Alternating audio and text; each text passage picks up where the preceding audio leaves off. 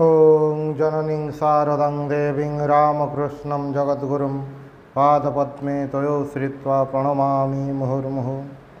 श्रीमा शारदा देवी स्मृति कथा श्रीमती डैशଙ୍କ द्वारा पृष्ठा 436। दिने मोर पुत्र हरिचरण को नहीं श्री श्री माँ घर को गली। सेतेबेले हरिचरणर मुंड खराब होइतिला। माँ पाखक जाई से नाना प्रकार असंलग्न कथा कहवाक लगिला, जेमिति भोक होउछि खाइबाकु दे इत्यादि। माँ प्रसाद देले, से खाऊ खाऊ उच्छिष्ट प्रसाद चारिआडे पकाइबाकु लगिला। मु विरक्त होई कहिली, यह ठाकुरंक स्थान अईठा फिंगुछु। माँ संगे संगे स्नेहरे कहिले, थाऊ तार खाइबा सरिले तुमे अईठा उठेई देब।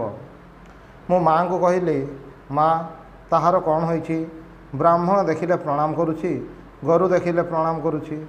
माँ कहिले, जीवे दया होइछि। थरे कुमार पूर्णिमा दिवस रे माँ को पादपद्म फूल देवा अभिलाष उपवास करी हरिचरण और मु उद्बोधन घर को गलु। माँ को पादरे फूल दे आमे प्रणाम कलु। माँ हरिचरण को आशीर्वाद करी कहिले, धनवान हुओ, दीर्घायु हुओ। श्री श्री माँ मते कहिले, समस्त को देखिले मु शांति पाए। तुम रोजगारिया गुणवान पुत्र चली जाइछि, तुमको देखिले खूब कष्ट हुए। दिने माँ को कहली, माँ ठाकुरंक पादपद्म जेपरी भक्ति हुए। माँ कहिले, भक्ति करू करू हेबो। जो दिन मु सकाळु माँ को निकट को जाउथिली, माँ राधु खाइबा परे ठाकुरंक भोग पूर्वर ही मते भात खाइबाकु देउथिले। कहूथिले, पुत्र सकरे तुमर छाती सुखी जाइछि, तुमे आगे खाओ। मु कहिली, एके अन्न कष्ट, सेथिरे पुणी ठाकुरंक भोग हेबा पूर्वर खाइबी। माँ कहिले, तुमर केबे अन्न कष्ट हेब नाही। दिने माँ कहिले, तुम पुओ कि नाही देखिया पई मु अनेक पागल को डाकी देखिछि। मु कहूछि तुम पुओ बंचिछि। शरत मध्य कहिछि जे पुओ बंचिछि। मो पुओ फेरी आसिबो कि नाही माँ को पचारिबारु माँ कहिले, आसिबो। तापरे माँ ठाकुरंक छवि सम्मुखरे निया उठाइले। एही प्रक्रिया रे केते गुडिये काठी उपरे अनेक गुडिये लंबा कपड़ार टुकुरा बेस शक्त करी गुड़ाइले। ताहा ठाकुरंक सम्मुखरे रखी कहिले, एहांकर पुओ आसिबो कि नाही? जदि सत्य सत्य न कुह, तेबे तुमको ब्रह्महत्या, स्त्री हत्या और गोहत्यार पाप लागिबो। इतिमध्य कपड़ा खंडर मध्यस्थित काठीगुड़िक अलगा होई ऊपर को उठिथिला एवं माँ ताहा धरिया मात्रे से गुड़िक फिटी जाई पड़ीगला। माँ कहिले, हे देखिल माँ, निया उठाइबा हला, तुम पुओ आसिबो। तुमे मध्य घरे निजे करी देख। माँ को कथा अनुजाई मु मध्य घर को आसी सही भाव में निया उठाइली। सेथिरे मध्य सही प्रकार फल हैला। मो माँ को सांगरे धरी दिने श्री श्री माँ को पाई गोटिए शाढ़ी नहीं तांको दर्शन करने को जाइथिली। जड़े लोकंकु से शाढ़ी किणवाक देइथिली, किंतु से भल लुगा देखि आनीपारि नाही। शाढ़ी माँ को दे मु कहली, माँ ए लुगाटी भल नुहे, मते पसंद होई नाही। माँ तत्क्षणात पिंधिथिबा लुगा को बदलाई आग्रहर सहित से लुगाटी को पिंधिले और कहिले, देख मु तुम शाढ़ी पिंधिली, मन दुख कर नाही, मु यह पिंधि गंगा स्नान करी। दिने बलराम बाबू घरे मु तांको दर्शन करने को गली। से समय जड़े लोक माँ को पाखरे टंका थई देई कहिला, माँ अमुक लोक असुस्थ, जो से भल हेबो ताहा ही करिवे। माँ कहिले, टंका नहीं जाओ, जन्मिले ही मृत्यु अच्छी, मु कौन करी। किछि दिन पर शुणागला सही लोकटी मरी जाइछि। श्रीमती डैशଙ୍କ द्वारा मु दिने माँ को कही, माँ ठाकुर को मु जो दिन प्रथम दर्शन करी तांको देहरु गोटे ज्योति बाहरुथिला। काच उपरे खरा पड़िले जेमिति आभा फुटी उठे सेमिति। यह शुणी माँ कहिले, माँ तुम ठीक देखिछ। मु जेतेबेले तांको तेल लगाउथिली, मझिरे मझिरे सहीपरी ज्योति देखुथिली।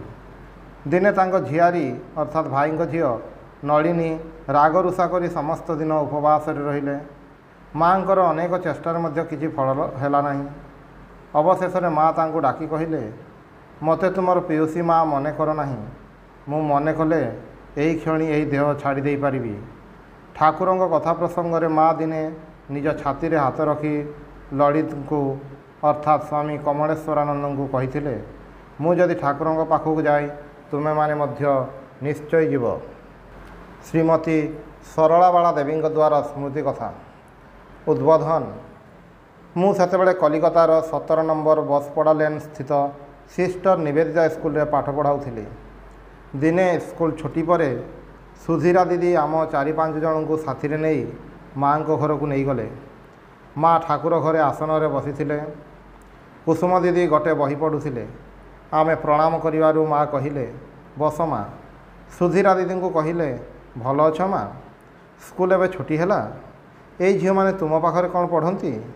ସୁଧୀରା ଦିଦି କହିଲେ, ହଁ ମା, ଏମାନେ ଆମ ପାଖରେ ପଢ଼ନ୍ତି। ମା କହିଲେ, ଝିଅମାନେ ଭଲ। ମୋତେ ଲକ୍ଷ୍ୟ କରି, ଏ କାହାର ଝିଅ? ଭଲ ଝିଅଟି? ସୁଧୀରା ଦିଦି କହିଲେ, ଏ ବ୍ରାହ୍ମଣର ଝିଅ, ପାଖରେ ହିଁ ଘର। ଏହିସବୁ କଥା ପରେ ମା କହିଲେ, କୁସୁମ ପଢ଼, ଏମାନେ ଶୁଣିବେ। ପାଠ ଆରମ୍ଭ ହେଲା। ବହିଟି ବୋଧହୁଏ କୃଷ୍ଣ ଚରିତ ଥିଲା। କୃଷ୍ଣ କ୍ଷୀର ଦହି ଛଡ଼େଇ ନେଇ ଖାଇବା ବର୍ଣ୍ଣନା ଶୁଣି ମା ଏବଂ ଅନ୍ୟାନ୍ୟ ସମସ୍ତେ ଖୁବ୍ ହସିବାକୁ ଲାଗିଲେ ଓ କହିବାକୁ ଲାଗିଲେ, କି ଦୁଷ୍ଟ ପିଲା।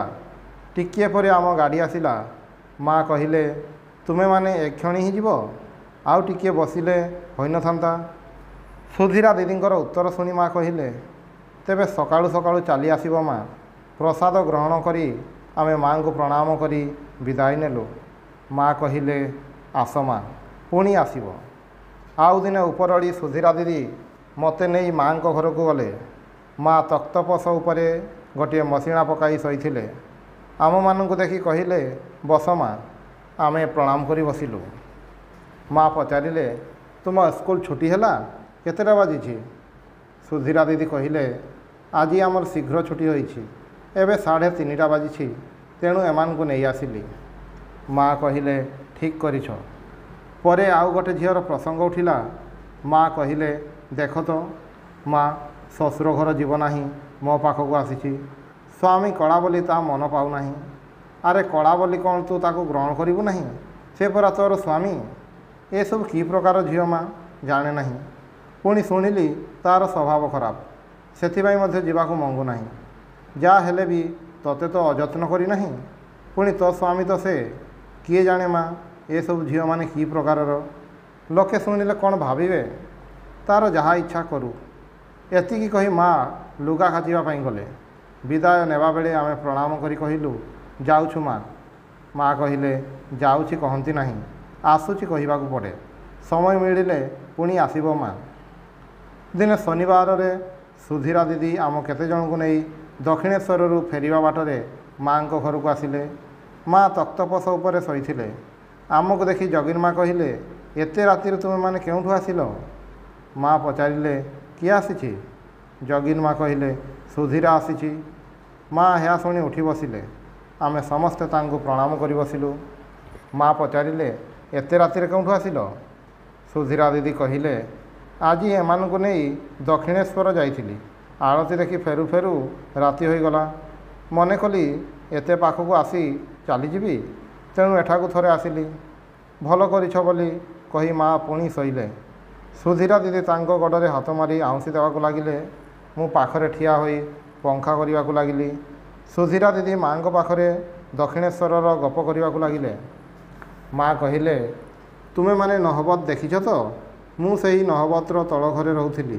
ସିଡ଼ି ତଳେ ରୋଷେଇ କରୁଥିଲି। ସୁଧୀରା ଦିଦି କହିଲେ, ହଁ ମା, ଦେଖି ଆସିଲି। ଏବେ ମଧ୍ୟ ସାମ୍ନା ପଟେ ତାଟି ବାଡ଼ ଦେଇ ଘେରା ହୋଇଥିବା ସିଡ଼ି ତଳେ ଗୋଟିଏ ଚୁଲି ରହିଛି ଏବଂ କେଉଁଟୁଣୀମାନଙ୍କର ଟୋକେଇ ଗୁଡ଼ିକ ଆପଣଙ୍କର ସେହି ପିଣ୍ଡାରେ ରଖାହୋଇଛି। ମୁଁ ଝିଅମାନଙ୍କୁ ଆପଣଙ୍କ କଥା କହୁଥିଲି। ଆପଣ କିପରି ସେହି ଘରେ ଥିଲେ? ଆଚ୍ଛା ମା, ଆପଣ କେମିତି ସେ ଘରେ ରହୁଥିଲେ? କିଛି କଷ୍ଟ ହେଉନଥିଲା? ମା କହିଲେ, ଶୌଚ ଯିବା ଓ ଗାଧୋଇବା ପାଇଁ ହିଁ ଯାହା କଷ୍ଟ ହେଉଥିଲା। ଶୌଚର ବେଗ ଧାରଣ କରି କରି ଶେଷରେ ପେଟ ବେମାରୀ ହେଲା। ସେହି କେଉଟୁଣୀମାନେ ଥିଲେ ମୋର ସାଙ୍ଗ। ସେମାନେ ଗଙ୍ଗା ସ୍ନାନ କରିବାକୁ ଆସି ବାରଣ୍ଡାରେ ପାଛିଆ ରଖିଦେଇ ଗାଧୋଇବାକୁ ଓହ୍ଲାଉଥିଲେ। ମୋ ସହିତ ଅନେକ ଗପ କରୁଥିଲେ। ପୁଣି ଯିବାବେଳେ ପାଛିଆ ଗୁଡ଼ିକ ନେଇ ଯାଉଥିଲେ। ରାତିରେ କେଉଟମାନେ ମାଛ ଧରୁଥିଲେ ଓ ଗୀତ ବୋଲୁଥିଲେ। ମୁଁ ସେସବୁ ଶୁଣୁଥିଲି। ଠାକୁରଙ୍କ ପାଖକୁ କେତେ ଭକ୍ତ ଆସୁଥିଲେ, ଭଜନ କୀର୍ତ୍ତନ ହେଉଥିଲା, ସେସବୁ ଶୁଣୁଥିଲି ଓ ଭାବୁଥିଲି ମୁଁ ଯଦି ସେଇ ଭକ୍ତଙ୍କ ପରି ଜଣେ ହୋଇଥାନ୍ତି ତାହେଲେ ଠାକୁରଙ୍କ ନିକଟରେ ରହିପାରିଥାନ୍ତି, କେତେ କଥା ଶୁଣିଥାନ୍ତି। ଏହି ଜଗିନ୍, ଗୋଲାପ ଏମାନେ ସବୁ ଜାଣନ୍ତି। ସେମାନେ ମୋ ପାଖକୁ ଆସୁଥିଲେ ଏବଂ ବେଳେବେଳେ ରହିଯାଉଥିଲେ ମଧ୍ୟ। ମା ଜଗିନ୍ ମାଙ୍କ ଆଡ଼େ ଅନାଇ କହିଲେ, କେତେ ଆନନ୍ଦ ସେତେବେଳେ ଥିଲା, ନୁହେଁ ଜଗିନ୍? ଏତିକି କହି ଟିକିଏ ଯେପରି ଅନ୍ୟମନସ୍କ ହୋଇ ରହିଲେ। ଜଗିନ୍ ମା କହିଲେ, ତାହା ଯେ କିଭଳି ଆନନ୍ଦ ତାହା କ'ଣ ମୁହଁରେ କହି ହୁଏ ଗୋ? ମନେ ପକାଇଲେ ଆଜି ମଧ୍ୟ ପ୍ରାଣ କେମିତି ହୋଇଯାଏ। ଏଥର ମା ଆମ ଆଡ଼େ ବୁଲି ପଡ଼ି କହିଲେ, ରାତି ହୋଇଗଲା, ଘରେ ଗାଳି ଦେବେ ନାହିଁ? ସୁଧୀରା ଦିଦି କହିଲେ, ତା ହଉ, ଆଜି ଟିକିଏ ଗାଳି ଖାଇବେ। ସେମାନଙ୍କ ଘର ଲୋକମାନେ ଏଠା ପ୍ରତି କ୍ଷୁବ୍ଧ।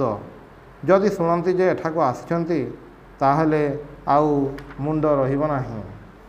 ମା କହିଲେ, ଠିକ୍ ତ, ମୋ ପିଲାମାନେ କେତେ ଗାଳି ଖାଇବେ? କେତେ ପ୍ରକାରର ଲୋକ ଅଛନ୍ତି ତା'ର କ'ଣ ଠିକ୍ ଅଛି?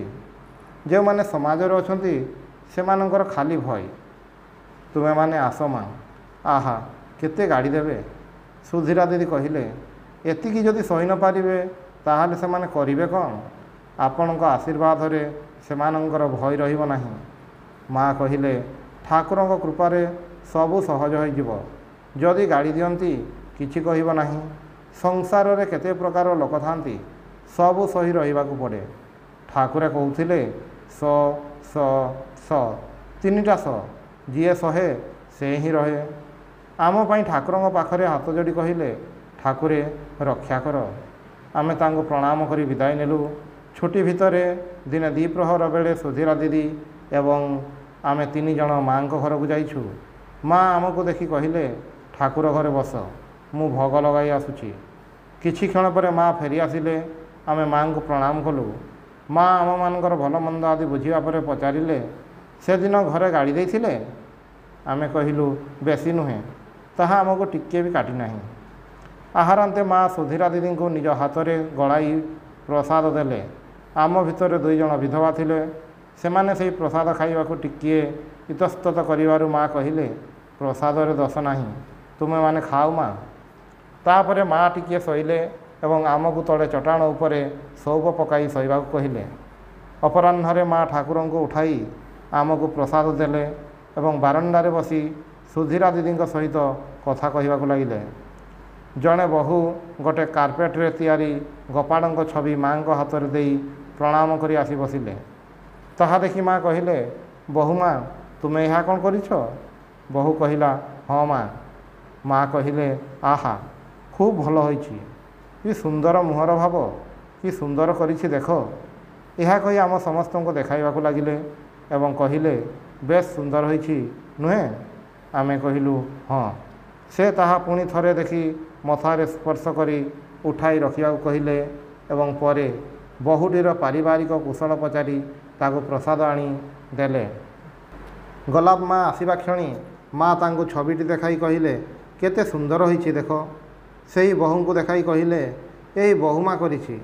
ଗୋଲାପ ମା ତାହା ଦେଖି କହିଲେ, ସବୁ ଖୁବ୍ ଭଲ ହୋଇଛି, କେବଳ ବାଁ ହାତଟା ଟିକିଏ ମୋଟା ହୋଇଛି।